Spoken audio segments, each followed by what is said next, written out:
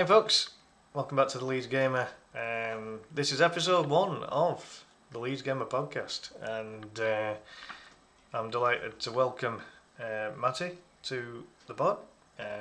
Matty is a almost long-suffering Birmingham fan to an extent, on the basis that you've had a relegation, a promotion, and a massive Tom Brady takeover and all that jazz. But we'll get into that a little bit later. How are you doing, Matty? All good? I'm alright. It's not almost a long-suffering Birmingham fan. It is a long-suffering Birmingham fan. My whole lifetime has been misery, for lack of a better word for Birmingham. So, yeah. Is that partially because your city rivals seem to be on the up at the minute? Not really, because as far as I'm concerned, unless we're playing them, I don't really care about them as much as other people do. Yeah. No, it's understandable because they're years ahead of us. yeah, So I mean it's similar with I care about them. Yeah. They do affect us. Yeah. I mean it's Sometimes they don't win trophies. It's Yeah. fine. Yeah, no, true. I mean it's similar with Leeds and Manure. But the thing is that as soon as we played them in the cup when we were back in League One, and we beat Scum at Scum Trafford, on their patch. The first time that Alex Fergus Scum ever lost to a League One club in a cup match, to say that it didn't mean anything, oh, it meant something. Oh boy, it meant something. Oh yes, that was a fantastic feeling. But 2010, that was now. I can't believe it's that long ago. Yeah. Absolutely mental. It's that long ago. Those people were at that game. Yeah, no, it was fantastic. Yeah, Simon Grayson era. There was a lot of good times in the Simon Grayson era, so I don't have any gripes about that one. So just to start with them, Matty, you've told me in the past that you do get to see quite a bit of Leeds on TV and everything. What have you made to Leeds' Premier League season so far? I think it's been interesting. I think it's been about what I expected you to do, but just maybe slightly differently to how I expected it to go in a sense. Yeah. That's why I say it's been interesting, because I half expected you to do more over the course of the season rather than having such a period, like a prolonged period where you kept getting results, you kept getting those wins and big Chelsea narrowly lost to Man City in the game you should have won both times. You drew with Liverpool twice. Yep. 1-0 and 1-3-3.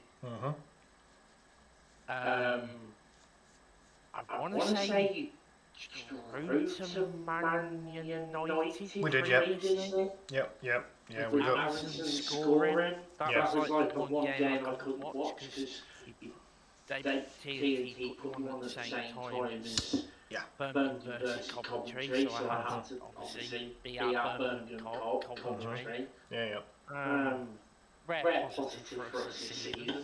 We'll get on to that. But I think your togetherness and your sort of the fight is good for English football that you're putting up. And even if you do go down, which spoiler alert, I don't think you will, I've always maintained that I think you stay up, and generally speaking, I've always been quite pro Farke as a manager, because I don't think the Norwich is all on him. I don't think the Norwich part is even half on him, because Norwich went up with a League One Championship team both times at best, and didn't invest properly to give him a chance of survival.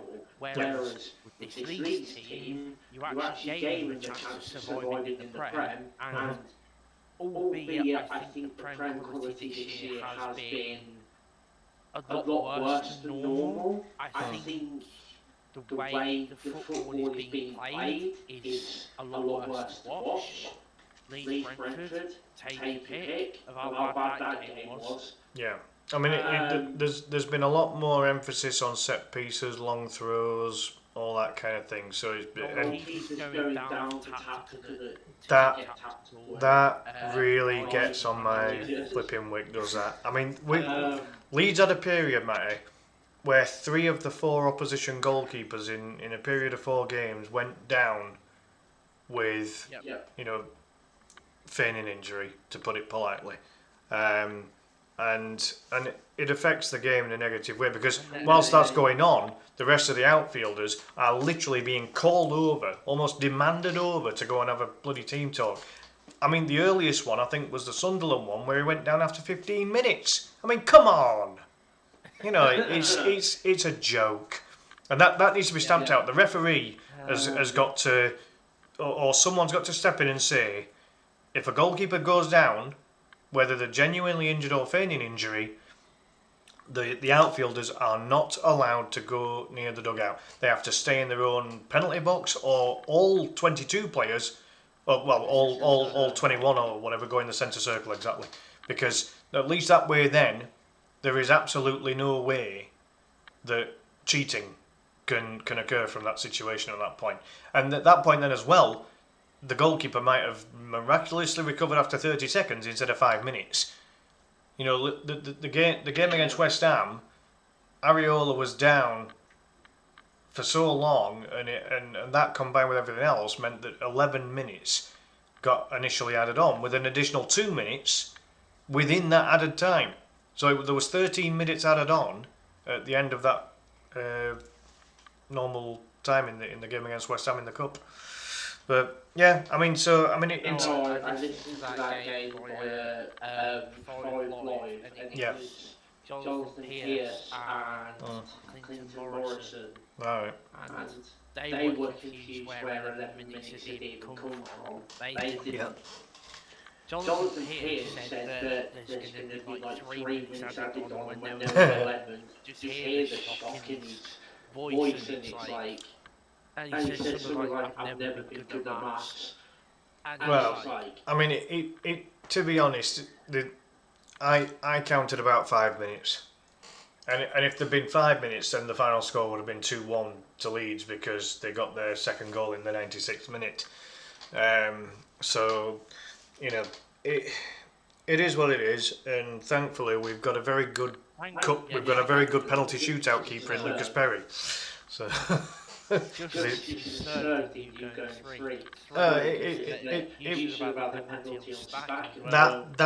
tackle was horrendous. He's since put pictures of his ankle on social media, and it's swelled up like a bloody golf ball. And I can tell you now, I know exactly what he's going through because I did it twice. So when I trained in Taekwondo, we trained on a padded mat, and I went in to do a kick, and as my body turned, my foot didn't.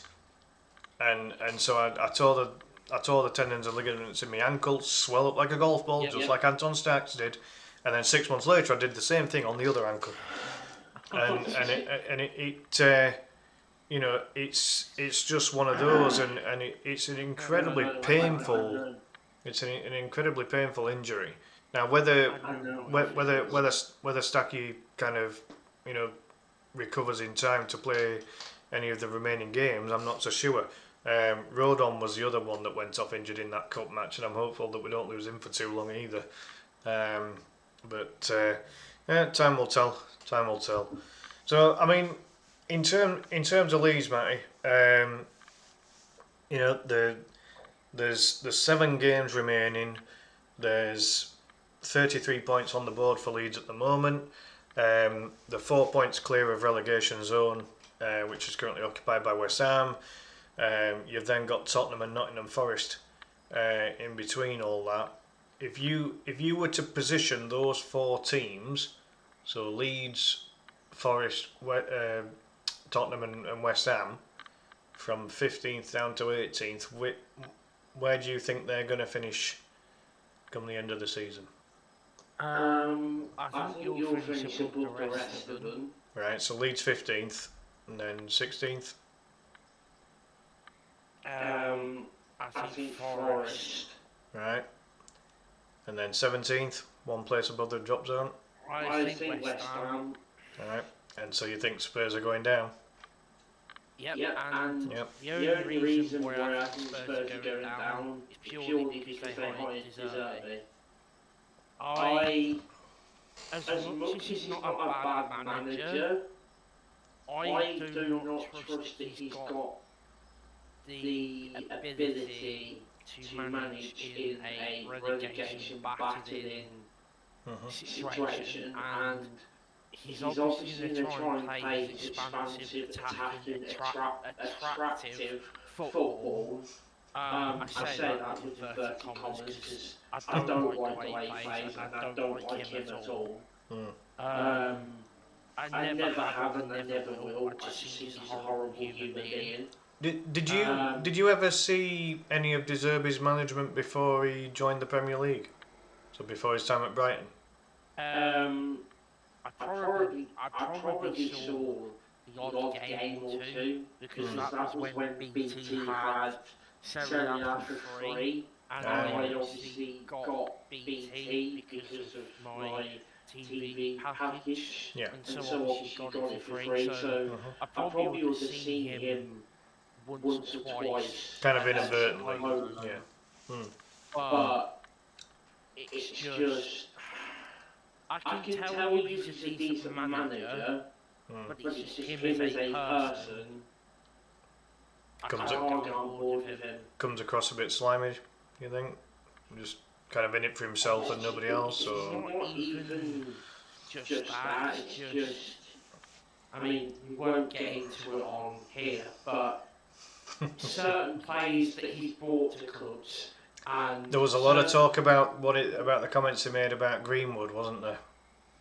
Which didn't go down well. Talks that he's looking at bringing him back to Spurs, but bringing him to Spurs, and I'm like, no, because ultimately the guy shouldn't be playing football. No, he's a scumbag. We won't go into it. He's a scumbag. Yeah, no, I mean we'll keep the actual detail off the video, but to say that Greenwood's a scumbag is polite.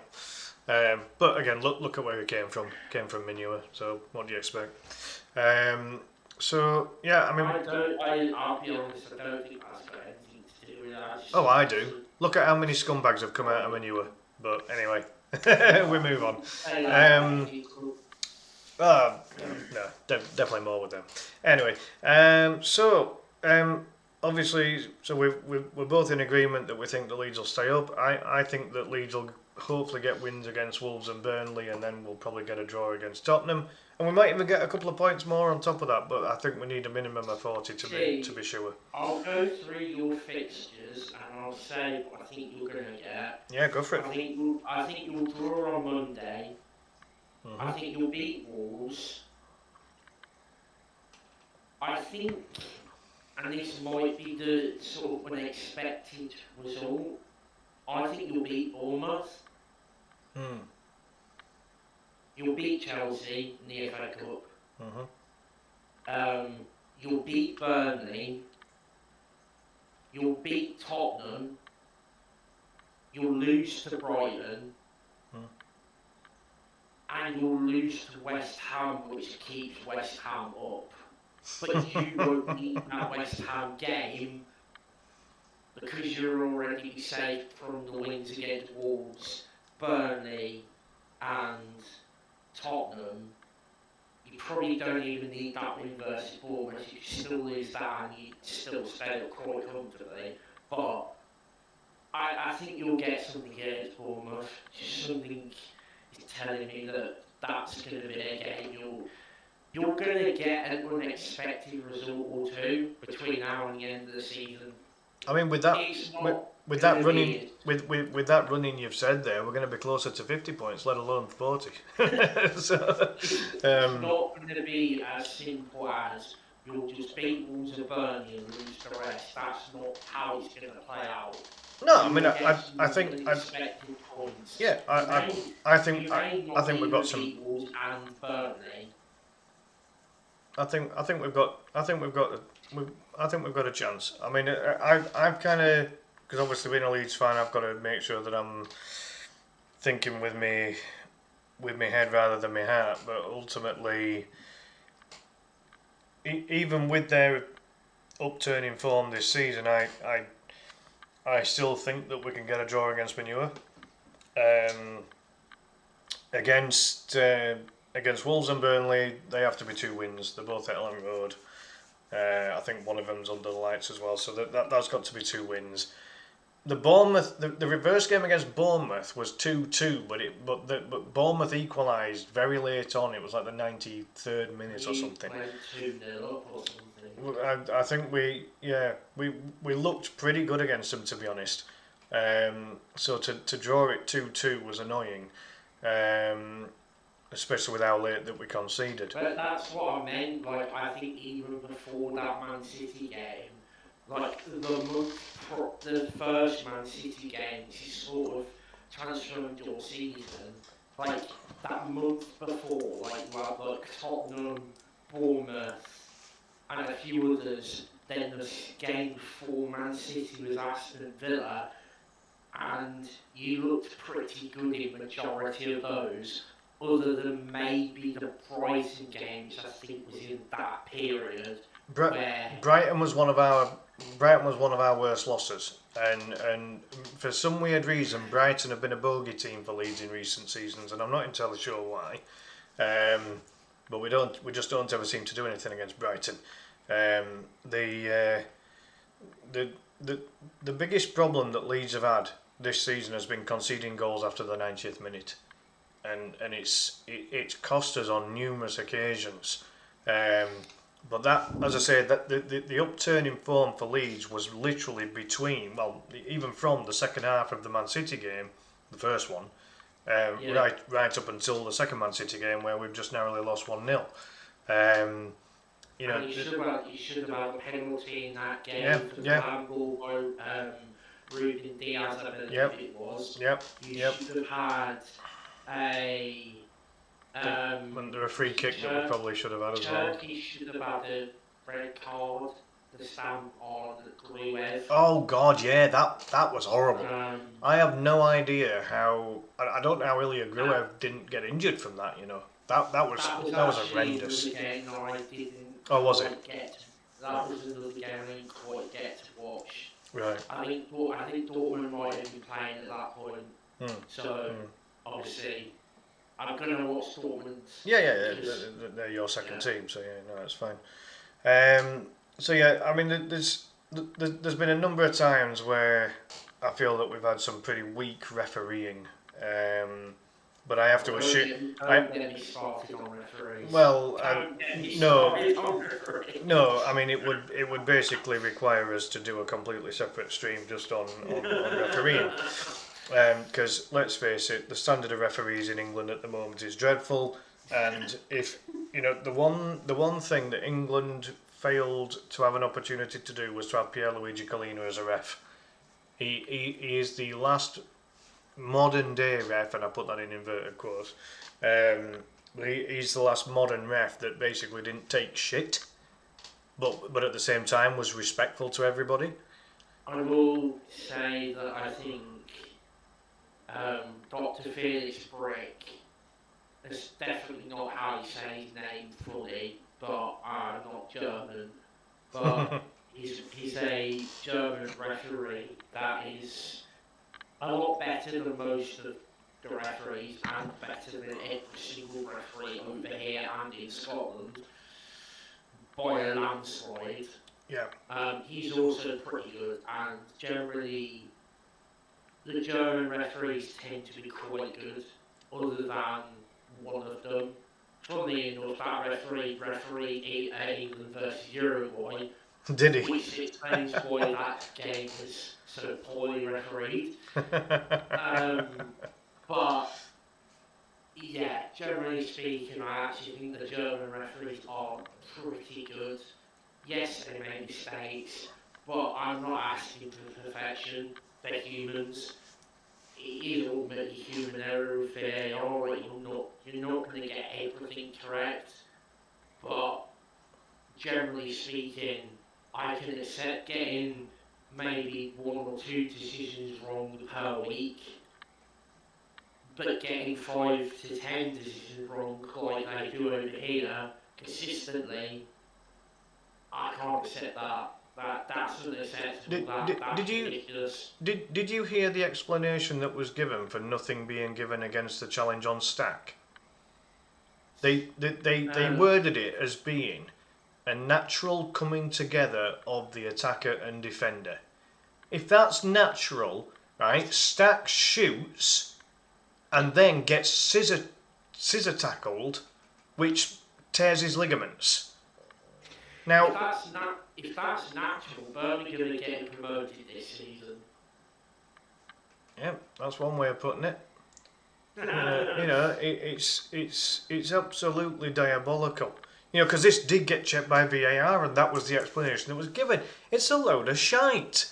I'm sorry, it is garbage, and something has got to be done. The problem is not with VAR. The problem is with the people who operate VAR. Right? VAR has worked absolutely fine for over 2 decades in rugby league. Why can't they make it work in football?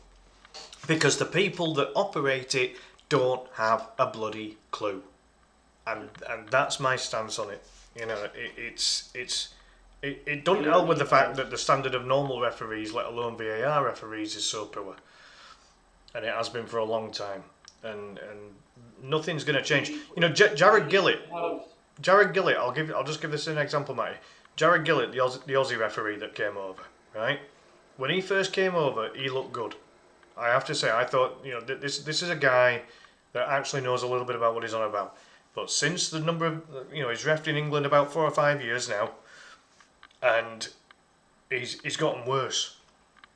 He's turned into another pillock, just like the rest of them. And it's because his standard has been dragged down by the rest of them. It can't be for any other reason. You don't just become rubbish overnight.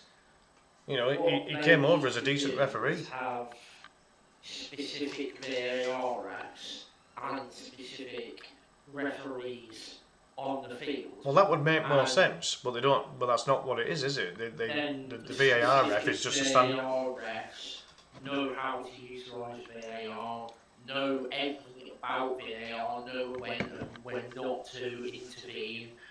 Don't intervene on every little goddamn thing, because that's not what VAR is there for. Have you heard about the Wenger theory as well? That Wenger's trying to bring it in that for a player to be offside, they have to be a full player offside, not just an arm or a leg. Again, I know we want goals, but that's not the way to do it, because then you're going to get more people all that's going to do is ultimately push defences further back, which is what you need to eradicate. Because this season, the Premier League football has been diabolical. The actual quality in the league and style of football for the majority of it, except the odd few games, Leeds, Liverpool, City, Fulham, and a few others, like Liverpool, City, and maybe a few others that I can't think of off the top of my head, the actual quality of football has been abysmal. As a spectacle, the Premier League is terrible this season, and I've always said, again, controversial, as a spectacle, I prefer watching Bundesliga, because it's not as defensive, it's not as tactically robotic, it's not so manufactured the football, and you don't have certain teams ruining the game the way that you do over here. I'm not saying the Bundesliga has better quality than the Prem, because that's wrong. The Prem has probably the best quality in the world, but in terms of style of football, no one can tell me this Prem's been entertaining to watch as a whole, because it hasn't. I mean, you cannot tell me this Premier League has been an entertaining watch and that you've enjoyed more than about 80%, more than 65% of the games. Because I'm not saying each game needs to have goals, not every game needs to be 3-3 or whatever. But even if it's a 1-1 game but there's chances at both ends, it's not defensive football, it's not consistently counter-attacking football, it's actually trying to create chances. That's more entertaining to watch than this defensive football, and ultimately the masters of it and the masters of the dark arts, Arsenal, look like they couldn't win the league. And this is part of the problem. This is the biggest problem in football now, that you've got Arsenal who look like they might win the league, and they're the masters of this awful football. Yeah, I mean, nobody likes the style that Arsenal's been playing, but I mean, the only team that Leeds have been walloped by this season is Arsenal twice. I think it's an aggregate of 9-1 when you put the two games together. We've been absolutely destroyed in both, and it, part of it might be that because Arsenal are well known for being very good at set pieces, but it's also the method that Leeds have used at certain times this season as well. If you've got two teams that use a set piece style, but you've got one team that cost £1 billion, and you've got the other team that costs £100 million or whatever, or a couple of 100 million, the difference in quality is going to show. You've essentially got one team worth a load of money, full of millionaires, million players, and one team full of bargain players: Goodmanson, Ampadu, Rodon, Strauk, even Biol, Darlow. You've got Stack, Okafor to an extent, Dan James, all these players, most of them, generally speaking, are bargain players. Yeah, the only two players who Leeds signed in the entire squad for more than £20 million was Brendan Aronson for about 24 and Dan James for about 25. The way that it happened with the Dan James transfer is that we were going to be getting him for about 12 from Swansea, and then Manure came in and bought him for about 15, and then sold him to Leeds for 25. So Leeds got caught with the bloody pants down with that, and then when it came to Aronson, I always thought that getting him for about 22 to 24 million was steep, but he's toughened up a bit this season as Aronson. He's improved compared to previous seasons. I think this season he's proven that he's got a place in the Prem. He's proven that he's got a place in the squad. But I also think he's been overutilised, and that has come at a cost. I think he's proven he's got the ability, but you can't overutilise him. And I think you've almost had to overutilise him, because players like Tanaka didn't really make that step up well enough at the beginning to warrant him starting, whereas Aronson almost came in, instantly made that step, and sort of came in and took that spot of his own. And when these other players have come in, like Longstaff, Tanaka, and all these other midfielders you've got, they've not really taken that chance I mean, until Tanaka against West Ham.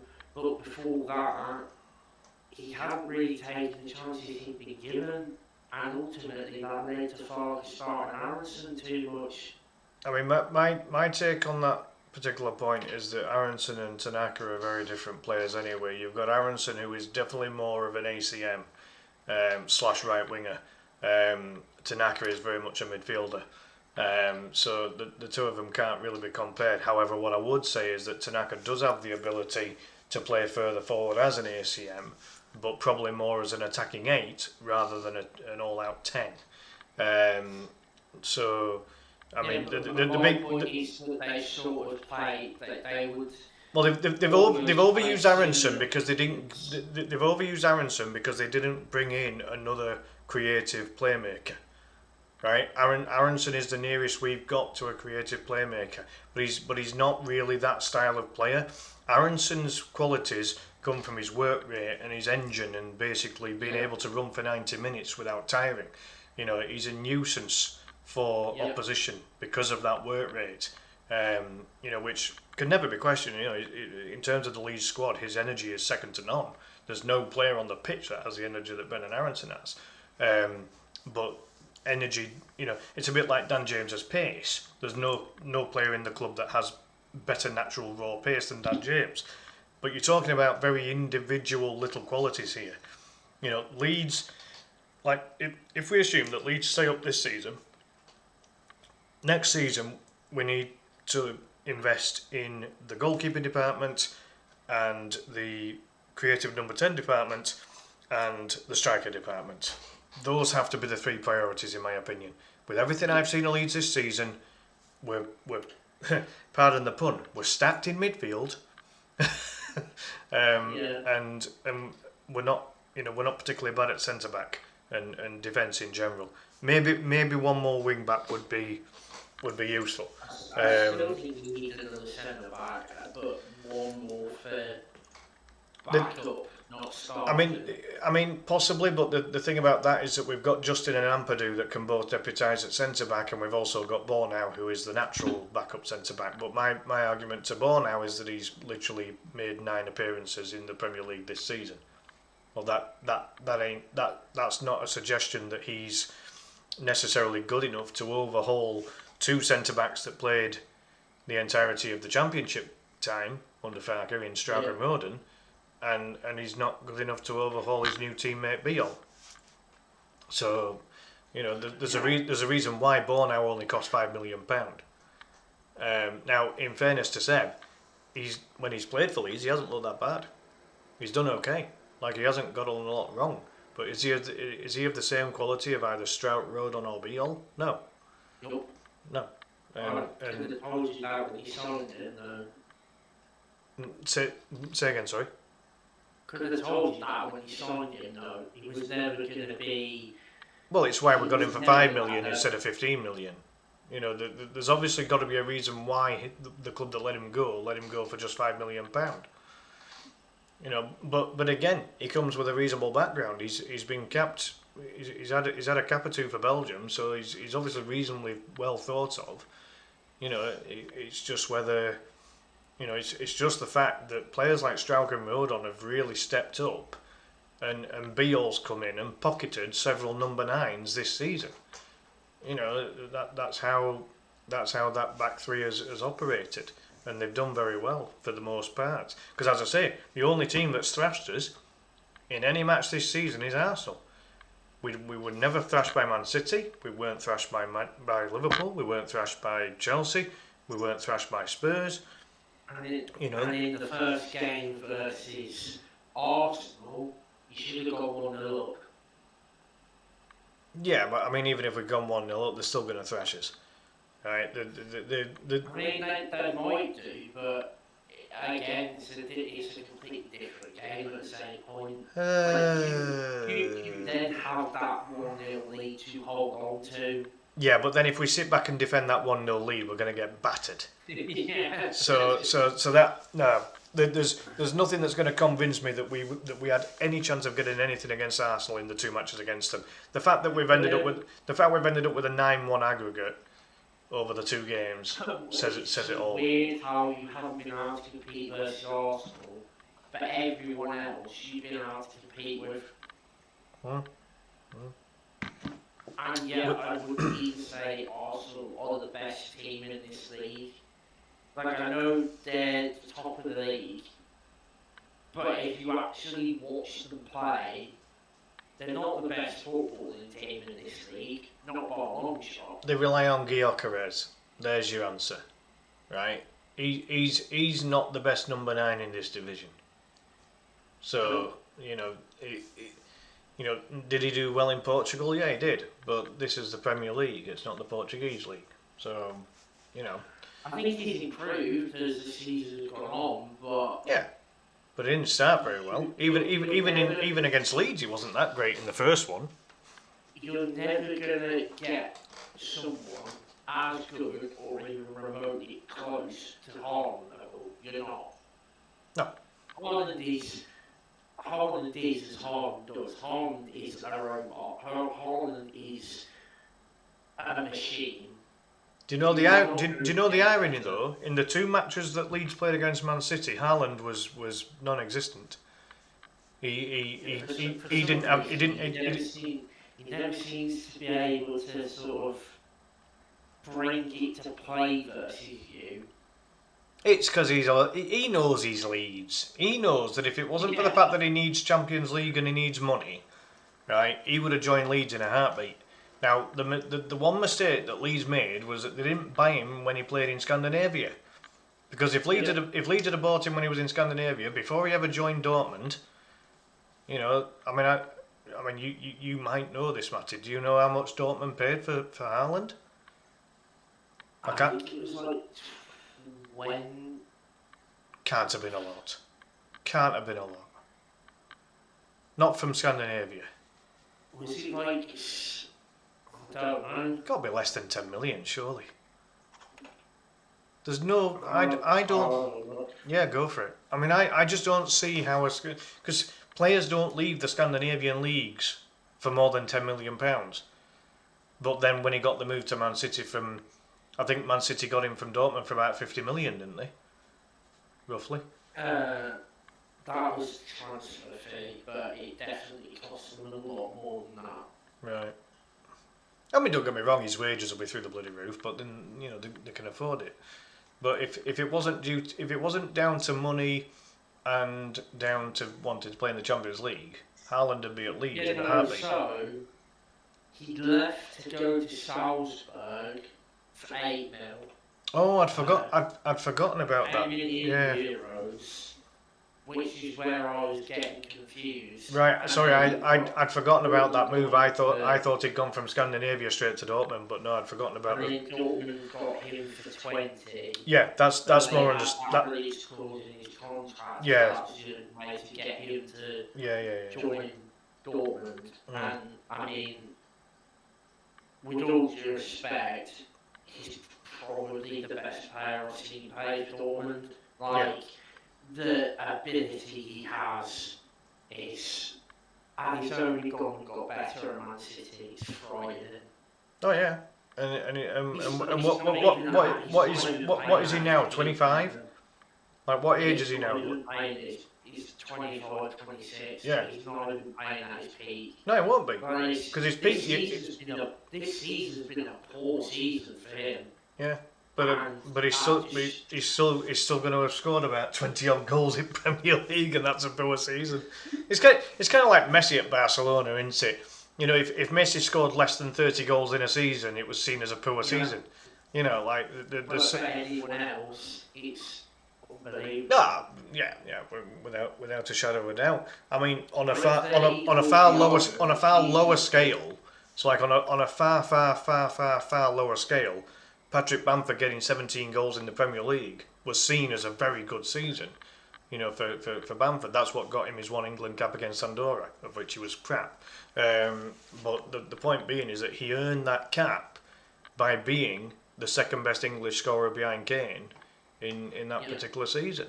So when it comes to strikers, how many strikers or well, let's just say strikers for want of another phrase, how many strikers in world football score 30 goals in all competitions or 20 goals in their respective league per season? Half a dozen in the entire world in terms of top divisions. Well, no. Well, that's what I'm saying. This is why I said at the start of the video, one of the hardest positions in world football is playing as a striker. And if it's not striker, then it's goalkeeper. Those are the two hardest positions to play in football, and no one's going to convince me otherwise. So, I guess, just to conclude with the Premier League in terms of Leeds, so we're both in agreement. Leeds stay up. Yep. And I mean, again, from my perspective, I think we get at least 40 because I think we beat Wolves and Burnley, and then we're definitely going to nick a draw because we've been draw specialists. But ironically, I mean, I've got us drawing with Bournemouth because even Bournemouth have been drawing a lot recently, so I could definitely see that being a draw. Tottenham have hired De Zerbi, and De Zerbi notoriously has a bad month in his first month at every club he goes to. So, considering there's only 2 months of the season left, Tottenham are probably screwed, which would be delightful. And then, I mean, Forest will stay up by the skin of the teeth, but with Forest, to go through 4 managers in a season is diabolical. We can blame Marinakis for that one. So that's kind of how it is for that. In terms of the cup competitions, obviously we got knocked out early on by Sheffield Wednesday in the League Cup, and that was just diabolical.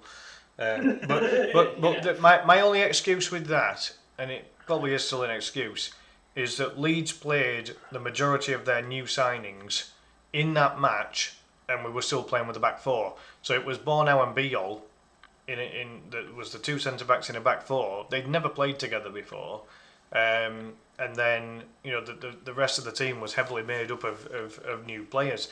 So they hadn't had time to gel. But we were against a team that was made up of practically kids and Barry Bannon. I mean, come on now. So it was dire, but then again, Leeds don't have a good record in cup competitions, and we haven't. The last time we were any good in the League Cup was when we got to the final against Aston Villa back in '96 and got walloped 3-0. So it wasn't a happy ending. So that was that. So that conversation's brief. But in the FA Cup, we've actually been surprisingly decent. Now you could argue that we've had a steady run in terms of the opposition. But again, the opposition is whatever ball comes out of the bloody bowl, isn't it? So Leeds have had championship opposition in every game apart from the last round, and we've been able to kind of get through it. And ironically, one of those games was against your team, of which ironically, out of all the games, so Derby, Birmingham, Norwich, and West Ham, Leeds' worst performance probably came against Birmingham. But again, very much. I think he gave you the hardest game you've had in that competition so far. Arguably, yeah. I mean, again, it's when you look back at it all, you were just unfortunate that you came up against a goalkeeper who apparently is quite good at penalties saving. Because Lucas Perry has had 2. Well, Lucas Perry's had 2 very good penalty shootouts now, out of four FA Cup games. So can't really grumble. That if we're gonna recoup any of the £15 million or make use of the £15 million we spent on Lucas Perry, so far 2 very good FA Cup performances in particular, albeit he's been pretty solid in all 4 of them. Has resulted in us getting through. So, I mean, we've got Chelsea in the next round, which is at Wembley anyway. And then I think the other teams still remain in a Southampton that beat Arsenal, which is remarkable. I didn't see that happening. That Cienza looks a decent player. He's quality. I mean, it's only Championship though. That's the only basis we've got to go on. But certainly for that level, he looks a good player, doesn't he? Well, I saw him play for Heidenheim in Bundesliga. Now, Oh, yeah. Heidenheim are not this fucking. Oh, sorry. They're not a brilliant team. They're not this fantastic, magnificent team. They are like a hard-working, lower-end Bundesliga team, and I saw him play for them, and he was really good for them. And so when Southampton got him, you're like, hold on a minute, this is going to be a really good signing. And then when you see him play for Southampton, you're like, hold on a minute. But then he got injured, and that's when Southampton's form went dipping. Right. And I didn't know he was going to be back fit for the Arsenal game. And if I had known he was going to be fit for that game, I actually might have said Southampton would have beaten Arsenal, because he's just that sort of player that could just get you through that sort of game. And on BBC and TNT, they both gave him man of the match. No, I mean I saw the highlights of it because I was obviously very surprised to see Arsenal get knocked out, and against a non-Premier League team. And when I saw the highlights, it was all about the Southampton number 13, Cienza. He just absolutely. And it was no smash and grab either. Southampton fully deserved to beat them. Well, according to the highlights, they had plenty of chances. I mean, when you look at the two lineups on paper, Southampton should have had no chance. There is still a gulf in quality, but with these well, it's with it being a knockout competition.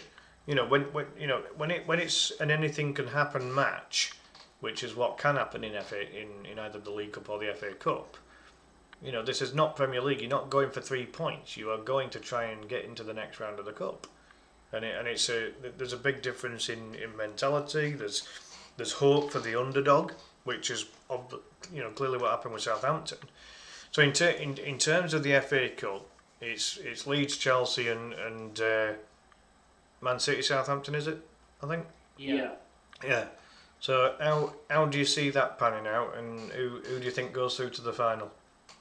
I'm not going to rule Southampton out of beating Man City either. But Pep won't do what Arteta did, and Pep will not almost let Man City go really sort of lacklustre in that game. No, he's always taken domestic cups seriously as Guardiola, hasn't he? He doesn't play a massively weakened squad.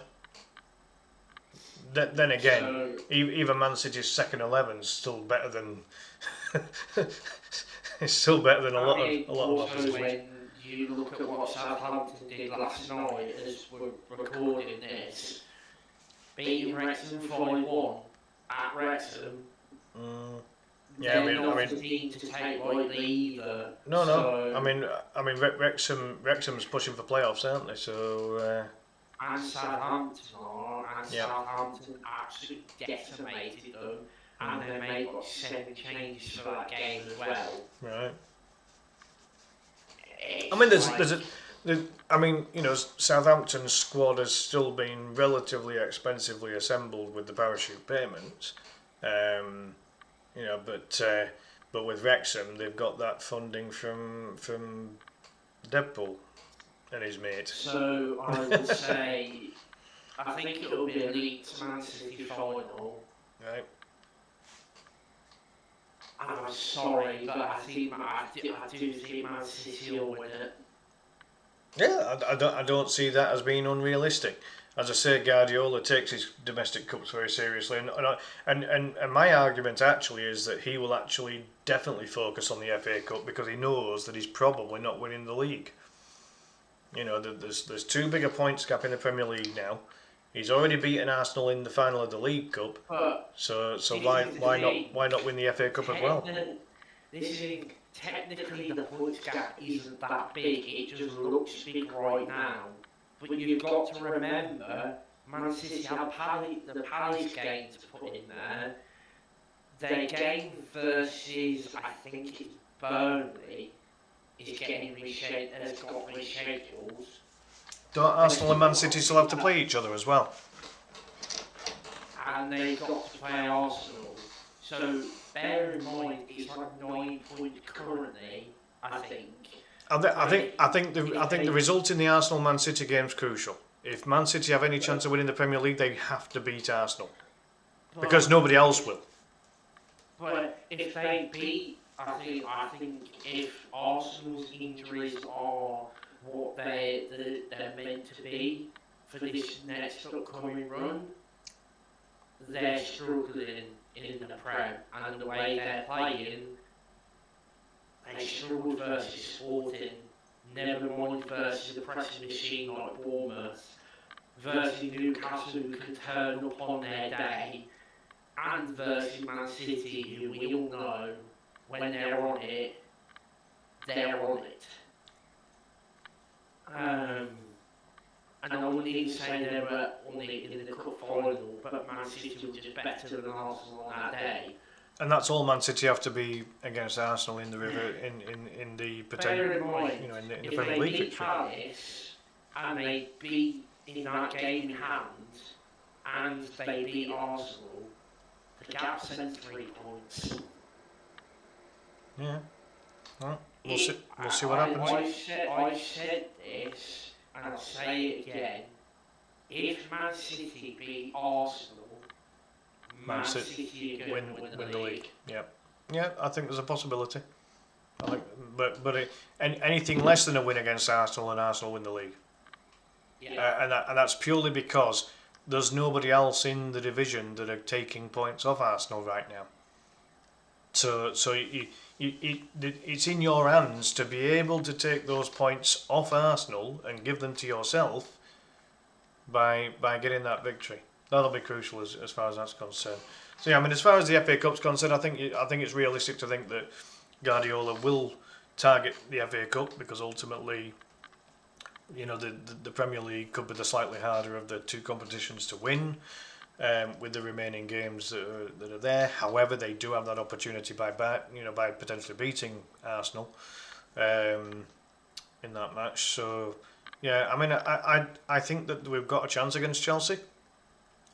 Because Chelsea haven't beaten us all season, so why not keep that run going? I actually think, and I said this to a Man City fan, I think Man City wanted Chelsea out of all the teams to play, because I think that would be their easiest game, on the basis that Chelsea can't up their game versus Man City, whereas teams like Leeds and Southampton, you don't know what you're going to get with them, and if they up their game to the level which you know you can, you've already seen it with Leeds twice this season versus Man City, where it's been difficult games for them. Oh yeah, I mean, as I said before, we've not been thrashed. We've been beaten 3-2, and the 3-2 was Foden scoring in the 90-something minute, and then just narrowly 1-0 in recent times. So yeah, my reckoning for the FA Cup is probably a Man City Leeds final with, unfortunately probably Man City winning that one. And so just finally then, regarding Birmingham's season, obviously Birmingham probably felt hard done by getting knocked out against Leeds in the FA Cup the way that it happened. But I think that match probably gave Birmingham a little bit of kind of positive hope that they might have a good season, because obviously they played pretty well and were, certainly over the 90 minutes, if you don't include the extra time and penalties, Birmingham were possibly the better team. So in terms of this season, bearing in mind you've only just come back up again, and you've come back up with a new manager, new squad virtually, realistically, where do you think Birmingham can finish this season? Well, I still think we can finish anywhere between 8th and 12th. Very much mid-table then. I don't think that would be a bad season. I predicted 10th at the start of the season because I wasn't getting carried away with it. Yeah. I wasn't enamoured by the summer recruitment, but you sort of had to back it and you had to sort of just like go with it. But having seen how we played in League One, I know it's a different league, but having seen how we played in that league and seen the players you brought in, it was like you've not really brought in the right players. And when, with all due respect, your two keepers have been done and also you're already at a disadvantage because neither of them are good enough. That being said, I don't think Beadle's that bad. I don't think Beadle's been one of the biggest problems we've had this season, which I think some people seem to believe he is. I'm not against getting him permanently if that becomes an option and developing him, because ultimately he's still young. He is a development goalkeeper. You can just develop him. I don't pay attention to his time at Sheffield Wednesday all that much, because that defence he had in front of him was. I'll be honest. Like, you know, from what I saw of Beadle, I thought I felt he was still very raw, and probably needs to, you know, to keep gaining experience. I mean, at the end of the day, he's still very young for a goalkeeper, as you've mentioned. I mean, he's still only about 20, you know, which is exceedingly young for a starting goalkeeper in one of the top two divisions of English football. But I just wonder whether maybe he's been chucked into the limelight at a higher level than he should have been to start with. Maybe have a couple of loans in League 2 and 1, and then have a loan in the Championship, and then. No, you see, he did have the loans in League 1 and League 2. Oh, did he? Right. Okay, fair enough. And then obviously he had those 2 years at Sheffield Wednesday, but. Yeah. I almost wonder if he's been loaned to the wrong team. Yeah, possible. Quite possible. Because their defence and just their team in general isn't very good. No. It wasn't very good, and it's even worse this year, so I'm glad he hasn't gone back there. No. I think it was clear for all to see that would have stalled his development if because Sheffield Wednesday have just been a basket case all season, haven't they? So really, Sheffield Wednesday's best player is Piers Charles, who I wouldn't say no to going and getting myself. Yeah. And going and buying him. Well, he's their youth goalkeeper, isn't he? If I remember right. Yeah, he looks like a really good goalkeeper, and yeah. I don't think having a young goalkeeper is a problem. I think it's the defence that we've got in front of him which I have my main concerns about. Because you've got Laird, he's good enough as a right back, comfortably, easily, no problems with that. You've got Clara, who's again comfortably good enough, easily good enough, one of the best centre backs in the league. His quality. Clara is outrageously good. I saw the Birmingham. I think it was Birmingham Newcastle match because they showed it on BBC and I was at my mum's at the time. So she put that game on, and Clara was matching up to all of Newcastle's strikers without any real problem. So no, he definitely looks a bit of a unit. So I mean, I guess to conclude, Matty, where do you see Birmingham going over the remainder of this season and potentially going into next season? What do you need to what positions does Brady need to focus on to get Birmingham into being at least a playoff team? If you want my honest opinion, basically a whole brand new team. Right. Because as much as I think January was a slight improvement, you're still looking at too many gaps. You're still looking at even the January recruitment. Jury's still out on half the players, and I think I did something earlier in the stream that I did and they asked me, who do you think's been good signings, who do you think the jury's out on, and who do you think's been bad signings for Birmingham this season? The only two I could definitively say I think have been good signings are Gray and Roberts, and even Gray, after his injury that he picked up on Boxing Day, I think it was, or the game after that, in one of those 2 games he picked up an injury. Right. Ever since that, he's not been the same player.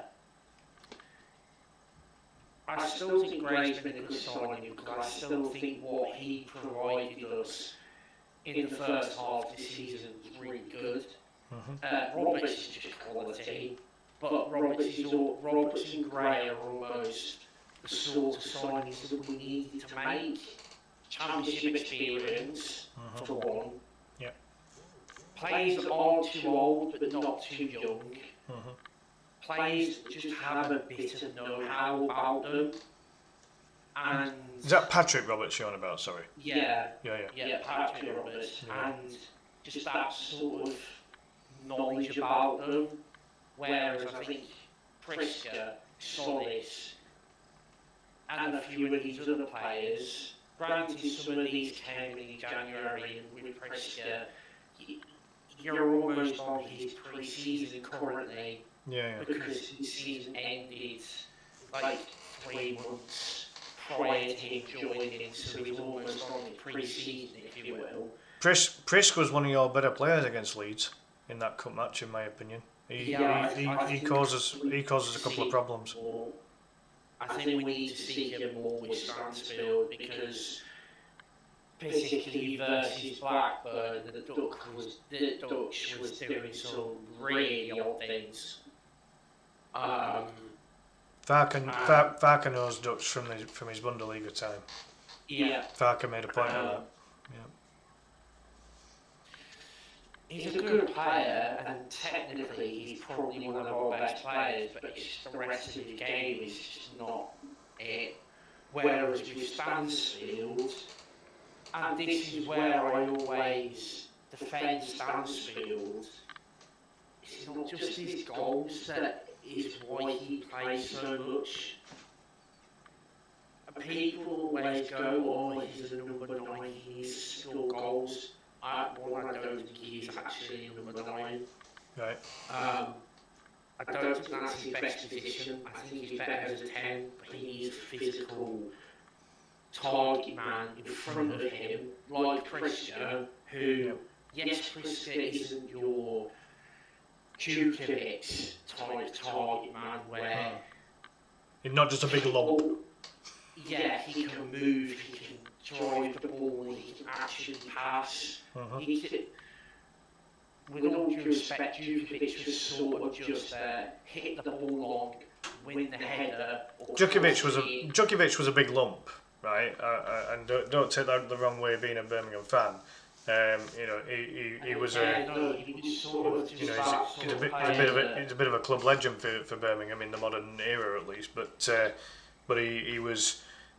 He was the kind of striker that might get you maybe 10 goals a season, but it's never going to be a spectacular watch. But that was him. That was his game. From the time that I've seen of it. We just needed that person that could get us 10, 15 goals a season. If we needed to cross the ball in, which often in those when we had him, we often had managers play like that. Which is sort of why I'm glad we don't have that now. Because I got bored of that football and it's just so bad to watch.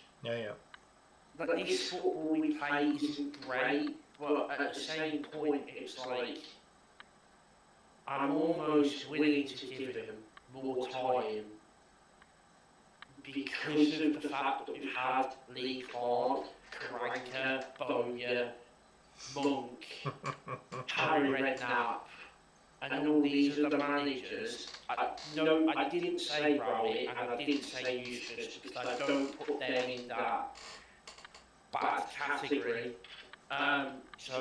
Rooney, although I put them in a different category to the bad category, they go in the disaster category. But you get the point, like, it's sort of a bit like all these other managers we've had and all the bad football we've played. This isn't that bad, and we've not been in relegation trouble. This season, my main aim was to make sure we're not in relegation trouble. Finish about mid-table, stabilise in this league, and push on next season. And in terms of, sorry to interrupt, Matty, but in terms of this summer, do you think that, like, in terms of the current squad, because you think that you need an entire new, brand new first 11, right? Now, obviously that's minus about three, minus a couple players, but it's not necessarily just the start of 11. It's also the depth. Yeah. Because obviously, Laird starts every single game. If he's fit, you have Laird starting, you have Clara starting, guaranteed. Because, again, Clara's ridiculous. Well, my question was going to be, because of the fact that Birmingham aren't going to get promoted this season, have you got any fear of losing players like Clara? Do you think a lower do you think a bottom half Premier League team might take a look at Clara and maybe offer 20 million for him? I don't think they're going to offer 20 mil. 10 or 15 then. How much did you buy Clara for? Like 2.5 mil. Right. I think you have to pay 20 to get him. Well, that's what I'm saying. That's why I said 20, because I've got to assume that if he is one of, if not the best player at Birmingham, the only way that Birmingham are going to progress is by keeping their best players. But I have to make a point on that of, when Leeds failed to get promotion, who did we lose? We lost Somerville. We lost Rutter. Two of the players that got the most goals and assists between them. We lost Gray as well. So we lost players who, if Leeds had been promoted, we could have used those young players to build a really good futuristic looking squad, if you like. But that's what the failure of promotion does when you're in the Championship. If you're one of the top 12 teams in the Championship, and you're not one of those 3 that get promoted, you can guarantee that other Championship teams or bottom half Premier League teams will have a look at your best players. So, I'll be honest, I've always had that worry. I had that worry even going into the Championship for League One. Just because I think a lot of Blues fans were basically saying that Clara should have been player of the season in League One. Again, different calibre of opposition, different calibre, but the fact that we're saying the defender should have been player of the season, all told for the whole of League One, should tell you that he's good. And the fact that he's easily been our best player this season, the most consistent, he's had one bad game all season. And I wouldn't even say it wasn't even a bad game, it was a bad moment. Yeah. He's maybe had a couple of other off games, but even in the games where we lost 3-0, it's not been him that's the problem. It's been the rest of them, and he's having to sort of almost do everything himself. And as I said, when you've only got one good centre back, and that's Clara, I think not even jury's still out. I personally don't rate him, but he is the second best centre back we have. But that's more of a damning indictment on the other players that we have in that position. Yep. Not because I think he's any good. So I mean, in terms of this, then, so obviously, in terms of the current squad, and let's talk about players that you would be comfortable seeing in the first 11 regularly, that that could give you a chance of actually getting in the top 6 next season. Clara's obviously going to be one of them. Who else in your current squad would get into your first 11 for next season? Well, Laird also when fit. I don't. Again,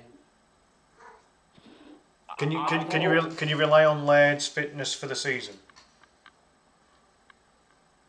I think you can. It's just you have to manage him maybe a bit more carefully than some other players.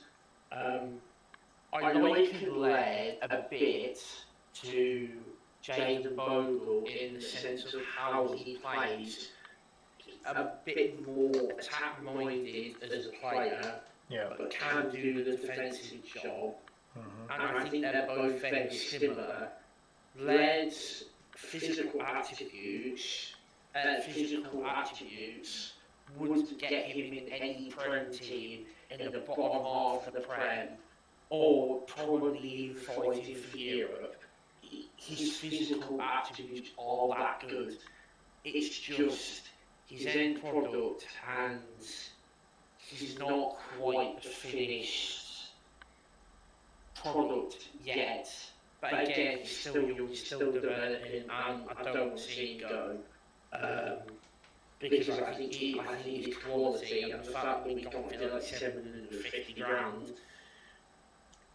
that was probably one of the best pieces of recruitment that they've done in their time here, because he's outrageous. And in the season we went down, if he was fit, we don't go down. And this season, if he didn't have that unfortunate injury he picked up against Coventry and that 3-0 defeat, we're not as far down the table as we are currently. Because I think is that a bit of a damning indictment on the rest of your 11 then, that just missing one player who ironically is your fullback has made such a difference to your team's performance ever since? You know, if it was your main goal scoring striker or your main clean sheet goalkeeper, I could understand it, but for your fullback, and I'm just saying this because I've not seen Birmingham this season apart from the one cup game. The way that Laird allows you to play, and more the style of play that the manager wants to play, without having Laird as your right back or someone like Laird in the same mould as him. He's had to change the style of play completely, and having to play a Water at right back, who isn't a right back, isn't made to be a right back, is completely different to Laird, and you can no longer have that bombing forward threat that Laird offers you, because you don't have that person there. It's not so much of a problem on the rest of the squad. It comes back to recruitment. You recruited Bryce Samuel to compete with Laird, and he's nowhere near it. Yeah. I mean, it's kind of like the difference between Bogle and Justin at Leeds. You know, they're both decent right backs or right wing backs, but with Justin is going to be a far more defensive game than what Bogle does. Bogle offers more going forward. So by the sounds of it, based on how you're describing it, it's probably a similar situation. But if you take Laird out of your 11, your next best right back doesn't have the attacking prowess to be able to affect the game the way that Laird does for you. Just doesn't have the prowess in general, like attack or defence. Like, Laird's defending isn't amazing, but it's good enough. And physically he can impose himself. He's actually quite good in the air, believe it or not, for like a 5'10" player. Right. And it's just everything. Samuel had a good start to the season, but then from like September, he was non-existent, and whenever he played, it's been crap. And this is the problem that I have, and this is why I'm not I'm not Davis out, by the way. I'm not saying he needs to stay either, but this is why I'm a bit conflicted, because I don't think we've given him the squad to do anything with, but at the same point he hasn't helped himself. And I mean, do you think that Davies has hit his ceiling now? Do you think that mid-table championship is probably his limit as a coach? no, I think he will get a better job than us. He will get a better club than us. He will manage in the Prem, and he will keep the club in the Prem or do better at some point. He does need to learn to be more tactically flexible. He does need to learn to adapt a bit more. He does need to learn not to play his favourites all the time, but at the same point, I look at our team and go, when Payton and Watford don't play, generally speaking, we don't look the same team. So, is it him playing his favourites, or is it him playing the players that he knows can do what he wants them to do? Sounds very similar to Farke. Like Farke has, and I'll tell you what I mean by that. Farke definitely has his favourites. There's absolutely no doubt about it. And Farke, until that first Man City game, Farke didn't show any tactical flexibility whatsoever. And then as soon as we hit the second half of that Man City game, and he goes from the back four to I think we were playing 4-3-3 at the time, and we adapted then to a 3-5-2/5-3-2, and all of a sudden, this shook Guardiola. Guardiola couldn't believe what he was seeing. You had to see the camera look at his face for the first 10 minutes of the second half. He was in absolute shock, and that then is why Donnarumma went down like a sack of spuds for no reason, and the whole bollocks team talk happened, right? You know, this is fact, and Donnarumma did the same bullshit in the second game as well. You know, but that shock factor on Guardiola's face was an absolute Kodak classic. You know, like, he just had to get your Polaroid out and just take a bloody picture. He couldn't believe what he was seeing. So by the sounds of it then, just to conclude, sounds very much as if Birmingham, because let's assume that Birmingham do have enough funds available with the Brady takeover, and you know that there's still money to spend. There definitely is. Yeah, so with that in mind, going into next season, just like quick, almost like having quick fire questions here, Matty. Reel off the positions that you need another player in. Goalkeeper, right back, centre back, CDM.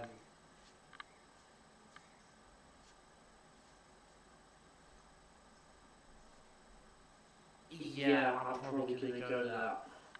Yeah. Mostly. So a lot of it is defensive then. So you feel that certainly from an attacking point of view, there's enough quality in the squad to get yourself in the top six.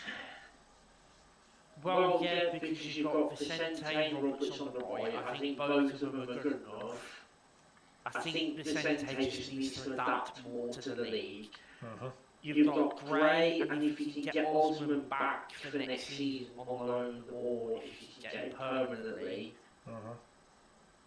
I think you've got enough quality there. And I know some people looked at him versus Leeds and thought he was really poor, but I looked at that game and went, that's what I want a winger to do. That's what I want a winger to be like. He caused Justin, I think it was, no end of problems. Justin didn't know what day of the week it was, never mind what he was meant to be doing on the football pitch. Every time Osman got the ball, it was bang, bang, bang. It kept running past everyone on your team. And yes, his end product needs improving. I'm not oblivious to that. But I think that comes with time. I think that comes with experience. And I think give him another season with us, whether that be with Davis or someone else as manager, most likely someone else. I just think they're waiting to the end of the season to get rid of him, which I think is the right thing to do. I think it's the fair thing to do. I think he deserves this season, if I'm being completely honest. I don't think it's been a disaster. I just don't think it's matched the expectations of what a lot of people had. But I think probably with the amount of money spent as well.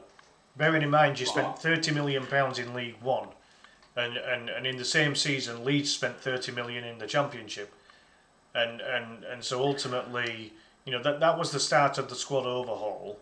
When you got relegated to League One, you spent £30 million on getting a squad that was going to absolutely decimate the league, which is what you did, and then on promotion, then it's a massive step up in terms of the quality of the top half of the division, shall we say, in comparison to anything in League One, and at this point with the current squad, maybe Birmingham has found its level as a top half Championship team.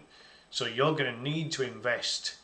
This is just my opinion from the outside looking in. I've not watched Birmingham this season, but on the basis of if I assume that Birmingham probably spent around maybe another 30 million this season, and you can correct me if I'm wrong on that, that ultimately to make that next step up, you possibly need another 3 or 4 quality players, and maybe you need a more proven manager. I mean, here's a question for you, Matty.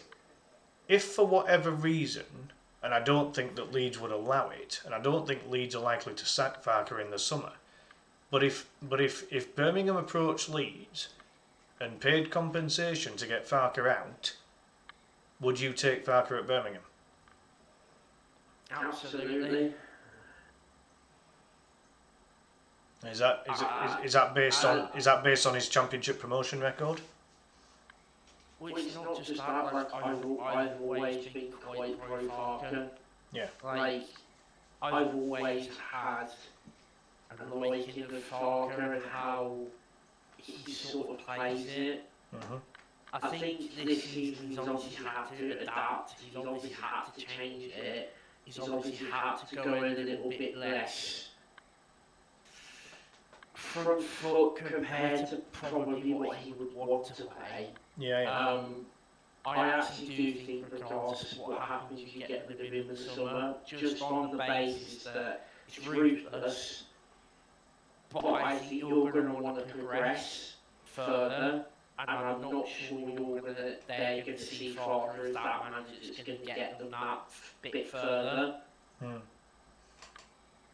Yes, I would take Farker at Blues, but if you give me the option of Farker or Davis, I would pick Farker, but it wouldn't be a case of like, oh, I'm picking Farker. Like, I don't dislike Davis. I never will because of what he did last season, and I don't care that he's League One.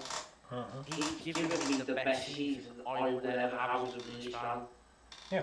And ultimately, that for me counts for more than everything else that I've seen in my lifetime, because I don't remember the years we got promoted from the Championship in my lifetime. No. Because I was too young. Yeah. It's like if you look at me, I vaguely remember the Howard Wilkinson days, but I don't really remember the days of when we actually won the top division before the Premier League were formed. That was a little bit, just a tiny bit before my time. I mean, I was old enough. I wasn't really into football until football got the exposure that it got by creating the Premier League. But so I vaguely remember the Wilkinson days. But some of the most attractive football that I've seen Leeds play, ironically, was in League One with Simon Grayson, because the squad that we had Beckford and Becchio up front, we had Johnny Howson in midfield, Robert Snodgrass and Max Gradle on the wings, and we had a tight defence with Kisnorbo and Naylor. And this is just a handful of the players that regularly featured in that season that we got promoted and that we won League. Well, no, sorry, I think we got second in League One. I went to the final game. It was against Bristol Rovers, and we had to beat them to guarantee to get automatic promotion. If we drew or lost, then we had to rely on other teams, and it was a mad and crazy game because Gradle got himself sent off for the biggest bloody explosive rant that I've ever seen on a football pitch. And like Beckford literally had to pick him up from behind and try and carry him off the pitch. Then the dickhead fullback at Bristol Rovers, Jones, he because he was a main part of the reason Gradle got sent off. But Jones then contributed to Bristol Rovers getting a goal, and then Grayson brings on Johnny Howson and a couple of other subs. Howson gets the equaliser. And then Beckford, who was captain for the day because it was his final day as a Leeds player, Beckford scored the goal that got us the win and sealed automatic promotion. Yeah. It was an amazing final day that got us out of that division.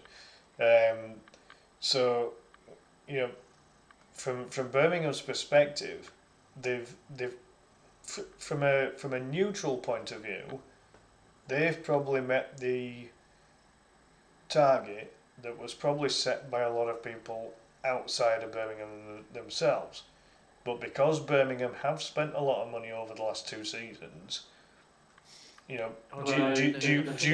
you feel there was an expectation to get the playoffs this season from the board's perspective? The board came out and said they wanted playoffs, but I also don't think that's helped, because that just instantly puts pressure on you. And I said this multiple times during the season. If you actually wanted playoffs this season, you'd have sacked Davis in the summer. Right. Regardless of after that season, regardless of what happened, if you genuinely thought you could get playoffs this season, you'd have sacked Davis in the summer. Do you think though then that to give a similar situation or possibly similar situation, do you think that Wrexham should have sacked Phil Parkinson? Because he's been basically the manager throughout the entirety of their rise from the National League up to the Championship, hasn't he? He's been their manager. But you could possibly argue that Parkinson has a lot more experience than Davies, possibly. I mean, he's got more experience, but I also think their expectations were different. Right. Okay. I don't think they went into this season going, we need playoffs. And ultimately, their recruitment was miles better than ours. And they brought championship and English football experience. Yeah. And whilst I think the way they've done it is that they're going to have to rebuild every single year if they keep going down that model, whereas with us, if we can get Solis permanently for, I think, the 8.5 million or close to that fee, that is apparently the rumoured fee if he starts the amount of games that he needs to get the obligation to buy or something. Yeah, it triggers off, yeah. But you've got Presty, you've got Stansfield, you've got, if you can get Osman back, you've got Osman who's young, you've got Solis who's young. If you can get Beagle, you've got him, you've got Laird who's quite young, Clara's not old. You've almost got a core group of players in our team that you could build a team around for 5, 6, 7 years. Whereas at Wrexham, you don't quite have that. And I'm not. I think I always think we do need a new manager, but not for the reasons that other people seem to think. More because I think the pressure has got to Davis a bit too much, and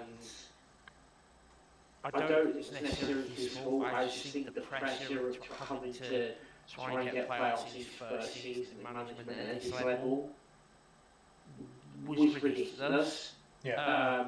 In terms of a possible replacement manager, I mean, do you I mean, again, you watch a lot of Bundesliga football. Is there anyone in the Dortmund setup? Like you see how managers like Farker and Wagner and a couple of others have come through the Dortmund 2 or Dortmund 2, setup. Do they have a current one that if that particular manager or any other manager either in Bundesliga 1 or 2 would potentially drop down to the English Championship to manage, do you think that there's anyone that stands out from there that would be a good fit for Birmingham?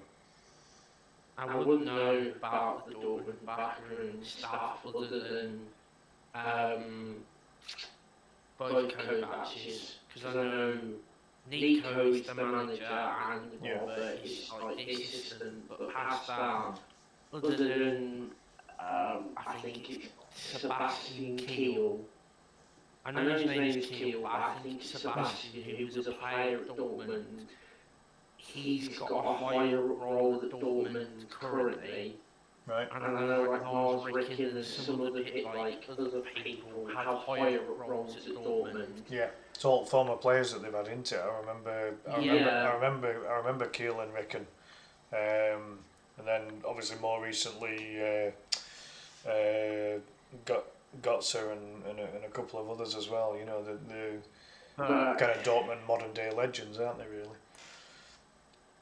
Obviously, I know the whole Eustace Torrini was all Gary Cook. That's obvious. That whole No Fear Football was all Gary Cook. that whole thing was all on him because he wanted to bring his man in and really was his man. Basically, they basically lived next to each other. Gary Cook tried to bring Rooney to Man City at one point. Could you have imagined that? A former manure striker having anything to do with Man City? Really? I mean, that would have... the only time it's ever happened was Tevez, but that was just on a playing level. You couldn't really imagine it, could you? But I mean, this was when Rooney was a player. He tried to bring Rooney to Man City, not as a manager, as a player. Right. This is when Rooney was a player, like when Cook was part of the City, like ownership or whatever it was. Yeah, it was on the director's board, wasn't it? Yeah, he tried to bring Rooney to Man City as a player, and it's like you knew that move had him all over it, and especially with Eustace being a Villa fan, Cook being a Birmingham fan, which shouldn't have anything to do with it, because I don't care if you're a Villa fan, I don't care if you're a West Brom fan, I don't care if you're a Villa fan, Walsall fan or Wolves or whoever, you could be a Leeds fan for all I care. If you do a good job at my football club, I'm going to support you and I'm going to root for you and I'm going to like you. Like Davis grew up supporting Watford because that's where he's actually originally from. He's just got Welsh heritage because of his family as well. It's like, I don't care who you support. If you do a good job at my football club, I'm going to support you regardless. Yep. Well, I mean, this is the nature of football, isn't it? A lot of it's talked about in terms of who they support and whether their heart's really set on it in terms of the. I mean, look at when Leeds took Heckingbottom on and he was 100% Barnsley/Sheffield United. It was not a popular appointment whatsoever, and it ended up being an epic failure anyway. But I think it does feature a lot. People's backgrounds in terms of who they support or who they've previously worked for. But that's football. So yeah, I guess to finalise things then, let's decide where Leeds and Birmingham are going to finish position wise. I'm going to say 15th for Leeds. I think you were of a similar thought there, weren't you? Yeah, I would say 15th for Leeds. Yep. So that's where they currently are anyway. And then with Birmingham, do you think they finish 8th, or do you think they can get a touch I'm on you? going to say we finished 12th. Really? You think there's going to be that much of a drop-off? Well, no, I mean, we are 16th currently, so... You're 16th? Oh, I honestly didn't know you were that low. I thought you were higher. Sorry, my apologies. I didn't know. Well, that is You're 16th? How the hell have you dropped that low? That is from running like 6 defeats in 8. Oh, bloody hell. Oh, well, that's why then. Funnily enough, after the Leeds Cup matches is where I say I actually think that defeat has hurt us more than it's helped us. Right. But then you've also got to factor in the fact that you had Millwall away, Borough at home, almost like right after that, in the space of like a week, and it's like... They're both vying for playoffs, aren't they? So it's, Borough top 2 if they can get their heads right, but... Yeah. Millwall and Borough are both technically fighting for the top 2. Yeah. You've also got to factor in we play Ipswich on Monday. Well, they're another team that might fancy the chances of second place. So. And ultimately, without trying to sound too biased, we got robbed of a point against Ipswich. Like, we got robbed of a goal versus Ipswich, and who knows what. And we were the only team really going for it at that point. Who knows what happens if it goes to 2-2? But if it goes to 2-2 and then you lose, you can just hold your hands up and say, fair enough, Ipswich is the better team. When that goal isn't given, you've always got that sort of feeling of we could have won that game the way it was going. We were dominating, we were the only team really pushing for anything. But then if it goes to 2, does that change? Because then Ipswich needs to get a goal. It's always ifs, buts and coconuts, isn't it? That's what it comes down to. So. The ball hasn't gone out of play, but everyone knows this. The ball hasn't gone out of play, and they deemed it that it's gone out of play, and ultimately... Would you have VAR in the Championship? Would VAR have fixed that problem?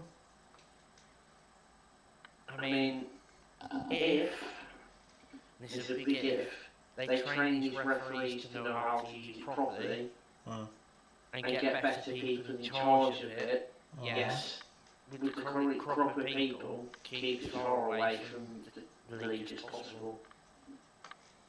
I mean, as we both have kind of agreed on, I think if there's better people controlling VAR, I think it can definitely have a positive place in professional football. But it's the people who operate the damn thing that. And I'll tell you one other minor point regarding VAR as well. I wouldn't just have it down in London. I would have VAR at all the stadiums, because that way then you're closer to the action.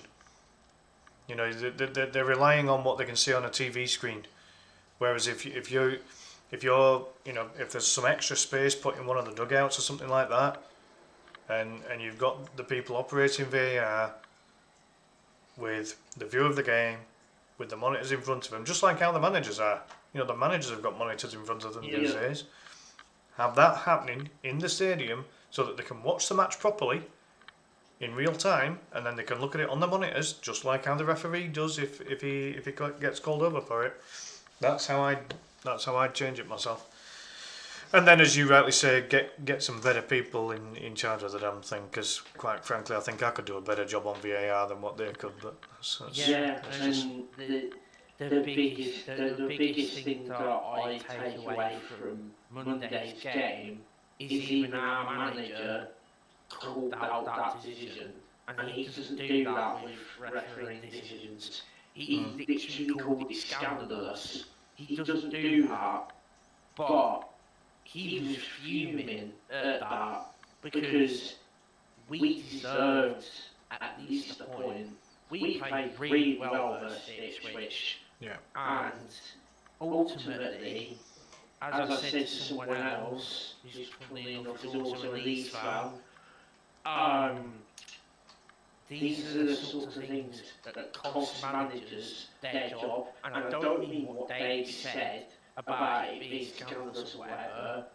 I don't mean that. Because that can cost you a job. You're on about the result. You're on about the end result costing the job. That's what you're talking about. Because if you ultimately, I don't think it will in this case, but if say if he was 1 defeat away from losing his job, and you get a draw and it keeps him in his job, or if you equalise the game and then go on and win it, and it keeps him in his job, and it gives you more of a belief and more of a point to say, here we go, we're looking better. It's a different story, isn't it?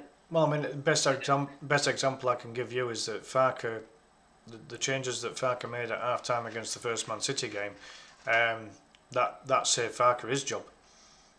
We'd had something like 5 defeats in 8 games or something. It was a pretty bad run. I remember that Tottenham game you shouldn't have lost. Yeah, that was stupid. I thought we looked. Yeah, I'll tell you what it was. Right, one of the big difference makers for them was Kudus. He was one of their better players on the day. You shouldn't have lost versus Villa in that game. That was before Man City won either. No, there was something a bit. We had. I mean, I seem to remember we had two games where we were shocking. I think it was Burnley and Brighton. We were god awful, and then more recently we shouldn't have lost to Sunderland either. That was a disgrace. But that Sunderland game, like you can always go back to that no penalty on Stroud, because if you go 1-0 up, get that penalty score. But then obviously they get a penalty themselves from a situation where I think it's Ampadu. And it's given handball against Ampadu, and it gives Sunderland the penalty with which they score. So it's as I say, it's all ifs, buts and monkey nuts in the Premier League season, and maybe so in the Championship as well. But hopefully, by the end of the season, hopefully Leeds stay up. From your club's perspective, you still reckon top half's possible, do you think? Oh, definitely, but we just need to sort of get out of this slump, and it all starts on Sunday where we go and beat Wrexham. Well, and Wolver ends their playoff hopes. Well, I mean, this is the thing. It's battle of the 2 Hollywood moneybags teams, isn't it? Really, when you look at it that way. I am confident we'll go and beat Wrexham because it's a sort of game we'll turn up in. Yeah. Well, we'll see how it all pans out. But we've reached 1 hour and 42 minutes, believe it or not, Matty. So that might take me that might take a good half hour for it to upload to YouTube. That's for sure. But big thank you for coming on the podcast there, Matty, and try and enjoy the rest of the season if you can, and let's hope that certainly from my point of view, let's hope Leeds stay up. I can't do another season in bloody Championship. I really can't. And it's like anything else. From Leeds' perspective, they need to build and develop each season. And the way that I see that, in terms of almost like a 5-year plan, is survive this season. Second season, have a season where you're nowhere near that relegation zone. There's just no threat of relegation, no threat of doing anything above, but just don't be anywhere near that relegation zone. Year 3, get into top half, or at the very least, kind of around that 9th, 10th, 11th area. So get mid-table. Season after, guaranteed top half. Season after that, push for Conference League. Season after that, push for Europa League. Season after that, you then push for the Champions League. It's a gradual, constant progression. Marcelo Bielsa came out with a really good phrase. He said, "Be better than yesterday, but not as good as tomorrow." And it's a fantastic phrase, because that phrase means constant progression.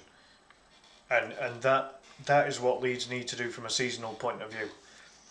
You know, if we are going, You don't want to go from.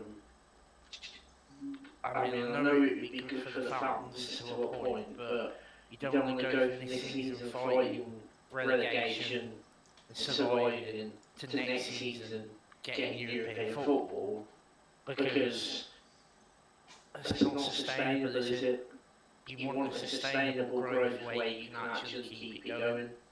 it's true, but the funny thing is as well is that if we win the FA Cup, we get in Europe. No, but I think if you get it from winning a competition, it's a bit different. Well, it's massively different because ultimately you are not one of the best teams in your division unless you finish in the top 5 or whatever.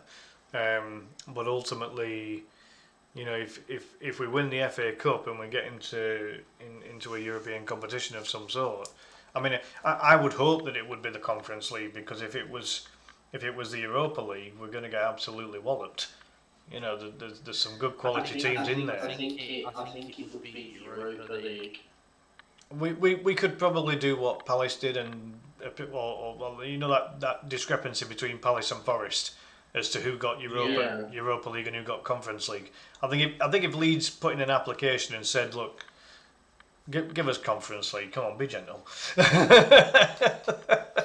because I don't fancy us in Europe against, you know, in theory Europe's second best teams. I don't fancy that whatsoever.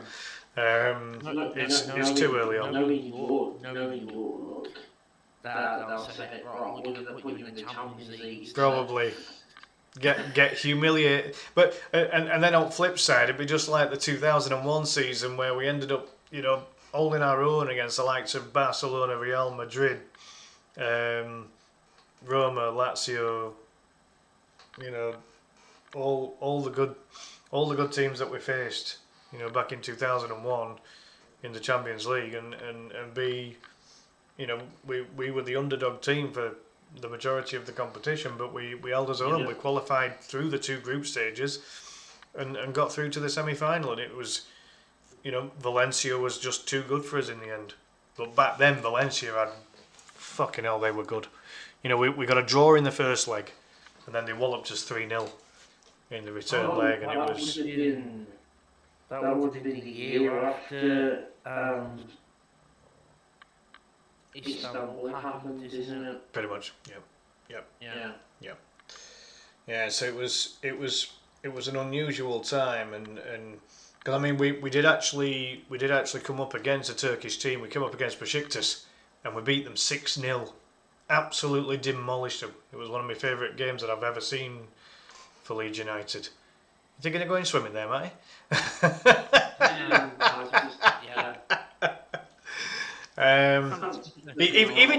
Even your swimming goggles are blue. Christ's sake, man! You're a definite blue, there's no doubt.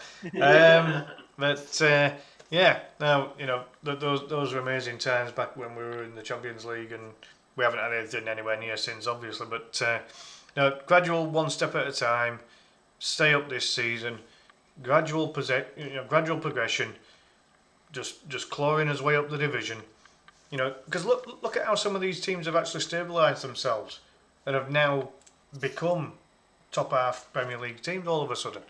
It's because they've gone by gradual progression, and they've recruited well, and they've punched above the weight in certain cases. You know, and I think that with Leeds' current squad, if you just add a little bit of extra quality, you know, if you get a proper creative number 10. A bit like what Pablo Hernandez used to be. Yeah. But, you know, so someone that just creates chances, a little bit of magic out of nothing, right? So you get someone like Pablo Hernandez, and then from a striking point of view, someone with that, I mean, it's a made-up word, but clinicism, right? Just someone who, when they get the ball near or in the box, you know, 7 times out of 10 they're going to score. You know, well, no, he's 9 times out of 10. But I mean, even when I think back of all the strikers that have had, you know, prolific seasons for Leeds over the last 20 odd years, maybe even going back even further, 30 years or whatever, I mean, for example, if we ended up having a striker in the style of Yeboah who just scored wonder goals, he wasn't prolific. His best season for Leeds was about 12 goals, but 8 of them were world class. and that, that's the type of striker that Yeboah was. Hasselbank, on the other hand, an absolute goal machine, but again wasn't at Leeds very long, a bit like Yeboah. Viduka, the skill he had for a big man, he could do a little bit of everything up front for Leeds, and we got him from Celtic for just £6 million. What can you get for £6 million these days? Not a lot. When you're talking Premier League. I mean, all right, we ended up getting Calvert-Lewin and Metcher on a free, but in terms of what Viduka brought to the club for £6 million. The closest thing you get is you got is Ampadu for 7. Well, no, I'm talking strikers in particular. Strikers you ain't getting. No, you can either get a bit lucky, like Leeds have had with Calvert-Lewin and Metcher, in the sense that for free transfers, what the two of them have brought to the club is very decent. It's not world beating by any stretch, but it's very decent. But it's enough for what you need. Yeah, exactly. And ultimately, with the likes of Aronson and Stack, that have both contributed with about so DCL and Metro have got about 18 to 20 G&A together. Then you've got Aronson and Stack that have got about 15 or 16 G&A together. Yeah. So those 4 players, those are the 4 players that have really brought the G&A, to Leeds this season. So if we can improve on the current squad by getting a number 9, like obviously Haaland and Messi are obviously the world class that you're talking about, even Del Piero back when he ripped it up for Juventus, but literally just someone that knows where the back of that bloody net is, right? And you get someone like, as I say, in recent-ish times, a Pablo Hernandez that has just got that silky skill on the ball and an absolute magical bloody foot on him that can create stuff out of nothing. Then all of a sudden, Leeds' front line has gone from being a front line that's capable of somewhere between 17th and 13th to a front line that might be capable of maybe 9th to 5th. I mean, who knows? It depends what kind of a player we can buy. I mean, I'd like us to maybe, if it weren't for the fact he's been injured, I wouldn't mind us having a look at Burkhardt, who's been very useful in recent times, but he's also got he's got an injury record, hasn't he, Burkhardt? Has he been injured this season as well? I think he might have been, but he was Burkhardt in Bundesliga was very good. So there'll be strikers out there that can do a job, but ultimately we need someone that's going to get. Let's say for example, if DCL finishes with 12 goals this season, he's on 10 currently, right? So he's got 7 games to get another 2 goals. Yeah. So that's a reasonable, realistic kind of target. So DCL gets 12 goals. Let's say that Metcher maybe gets another 2 as well, coming on as a sub, so he finishes the season on 8. Leeds' target then this summer has to be a striker that's going to come away with a minimum of 15 league goals, and maybe a backup striker that finishes with at least 10. But then I would still keep DCL and Metcher. I'd let Pirro go. I mean, here's the thing, right? If Birmingham needed a new striker, would you take Pirro? If you got told you had to pay £10 million, which was the price that Leeds paid for him, right? So if Birmingham got Pirro for £10 million, would you take him? It depends on who the manager is, and it depends on if he's going to fit the style of play. Yep. Because currently, and I'm not, this isn't me saying I think Pirro's bad, because he's not. No. He's a good championship player. I personally wouldn't, because I don't think he's the sort of player that we need. Like, I understand he's going to score goals, but at the same point, I think we need someone that's going to complement Stansfield, not almost take Stansfield's spot. Right. I don't think you need to get rid of Stansfield. Like, I think the whole team needs to almost be built around Stansfield. Because didn't Birmingham splash out about £9 million on Stansfield? He was a fairly expensive buy, wasn't he? Well, the figure going around is like 20 million. Bollocks! There's no way they spent 30 million quid, of which 9 million or roughly 9 million was spent on Stansfield. No, however, it sounds like what we did was we bought Stansfield for like 7 to 8 mil in League One. That's what we officially apparently paid for at that point. Yeah. It then went up to about 12 when we got promoted. Oh, so add-ons, okay, yeah, fine. And then if we get promoted to the Prem, that's when it goes to like 15 to 20 mil. Who was it you bought him from? Fulham. All right. So we played Fulham in the cup 3 or 4 days before deadline day. He scored 2 goals to knock us out 2-0 in the game we played quite well in. We should have beaten them. Right. And had we had Stansfield, we would have beaten that Fulham team. Funny enough. But then Wagner basically said, right, I'm staying up, I'm getting this deal done. And on deadline day, they got that deal done. And the figures that these people say we pay for these players are wrong.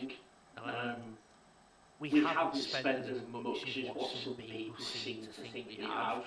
We have spent a lot, but a lot of it is an initial fee, and then the add-ons will bring it. So, for example, for Kyoto, I think we probably paid about 4 million up front. Right. Add-ons will take it to about 9. This is where people are getting confused with fees. Clara was told, we were told that we bought it for like 4 mil, but I think what it came out was we bought him for 2.5, add-ons made it go to like 4 or 5 mil. And ultimately, even at 4 to 5 mil, would I pay that again for Clara? I'd pay that 2, 3, 4 times over and it'd still be worth it. Who did you get Clara from? Donstatu. Oh, second Bundesliga. He actually got relegated with Donstad that season. Right. But you could see that he had the quality and the ability to play in the Bundesliga and to play at a higher level that season. This isn't actually his first rodeo in England, because he actually played for Southampton.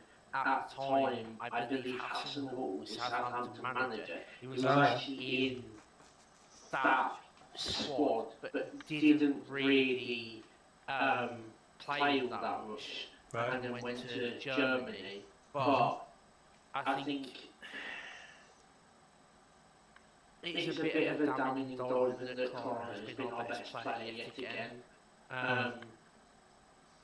That is just unfortunately a problem, but I also just think it speaks volumes of how good Clara is, that no player can really compete with him, and ultimately he would be player of the season this season, and he should have been for us, not to the championship.